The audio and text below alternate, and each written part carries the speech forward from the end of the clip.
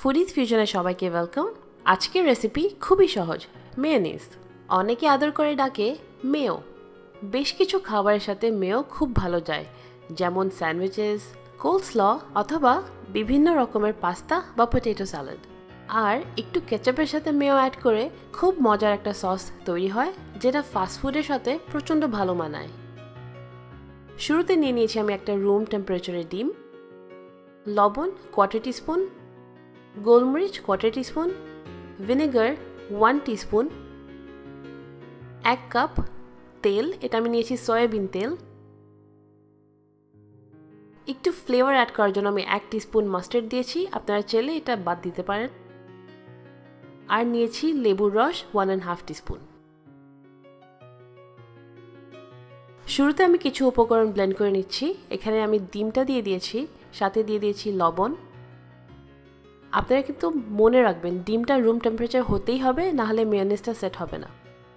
গোলমরিচটাও add করে দিয়েছি, আর আমাদের সিল্কা যেটা হচ্ছে ভিনেগার, সাথে দিয়ে দিলাম আমি আমাদের মাস্টার্ড সস। আরেকবার বলছি, মাস্টার্ড সসটা কিন্তু অপশনাল, আপনারা চাইলে বাদ দিতে পারেন। এই সবগুলি উপকরণ আমি ঠিক 20 সেকেন্ডের জন্য ব্লেন্ড করে নিচ্ছি।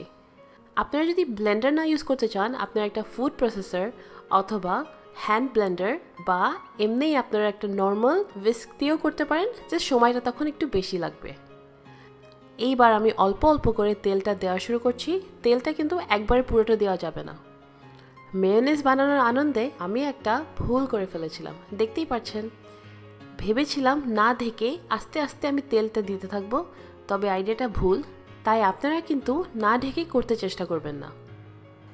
এইভাবেই আমি 5 ভাগে পুরোটা তেল আস্তে আস্তে করে দিয়ে ব্লেন্ড করতে থাকবো। শুরুতে এটা অনেক তরল লাগবে, তবে আস্তে আস্তে এটা অনেকটা ক্রিমি হয়ে আসবে। খেয়াল করে দেখতে থাকবেন যে আমি সেই 1 কাপ তেল ছোট ছোট ব্যাচে ঢালছি আর ব্লেন্ড করতে থাকবো যতক্ষণ না মেয়োনিজটা একদম ক্রিমি কনসিস্টেন্সিতে চলে আসে।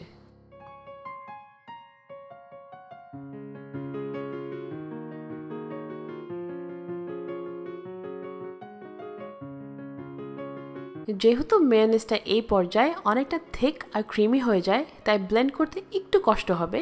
তাই আপনারা চামচ দিয়ে আগে একটু নাড়া দিয়ে দিবেন, ঠিক আমি যেভাবে করছি।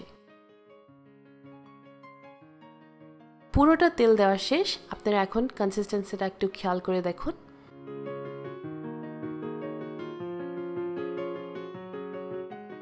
মেয়োনিজটা কিন্তু এই পর্যায়ে রেডি, তবে আরেকটু স্বাদ বাড়ানোর জন্য আমি দিয়ে দিব এখানে লেবুর রস। একটা মাঝারি সাইজের লেবুর অর্ধেকটা আমি এইভাবে হাত দিয়ে চিপড়িয়ে দিয়ে দিচ্ছি। লেবুর রসটাকে আমি ভালোভাবে আগে চামচ দিয়ে মিশিয়ে নিচ্ছি, তারপর আমি আর 5 থেকে 10 সেকেন্ড ব্লেন্ড করে নিব।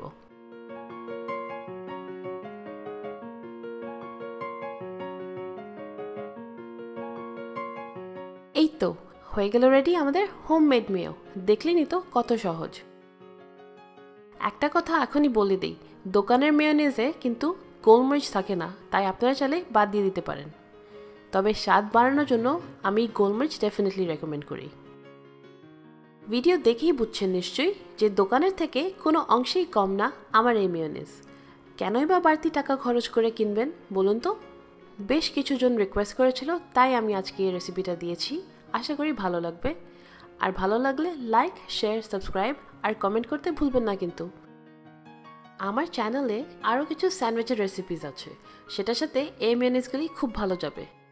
পরবর্তী ভিডিওতে দেখা হবে তাহলে। Thank you so much for watching.